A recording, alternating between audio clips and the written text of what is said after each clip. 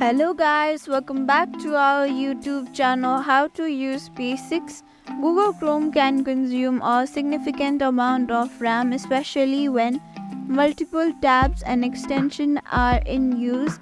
Here are some strategies to help reduce Chrome's RAM usage. Firstly, you can close unnecessary tabs and windows, and regularly close tabs and which are usually not so active. Secondly, you can use Chrome built-in taskbar manager.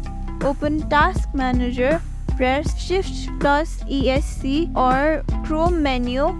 Go to Chrome menu, then More Tools, then go to Task Manager. There, click which tab or extension are consuming the most RAM. Select the high usage items and click End Process to clean them. You can see if your Chrome is updated or not. Click on the three vertical dot in the top right corner. Go to Help and select About Google Chrome. Chrome will check for update and installation themselves if available. Keep updating your Chrome for better performance.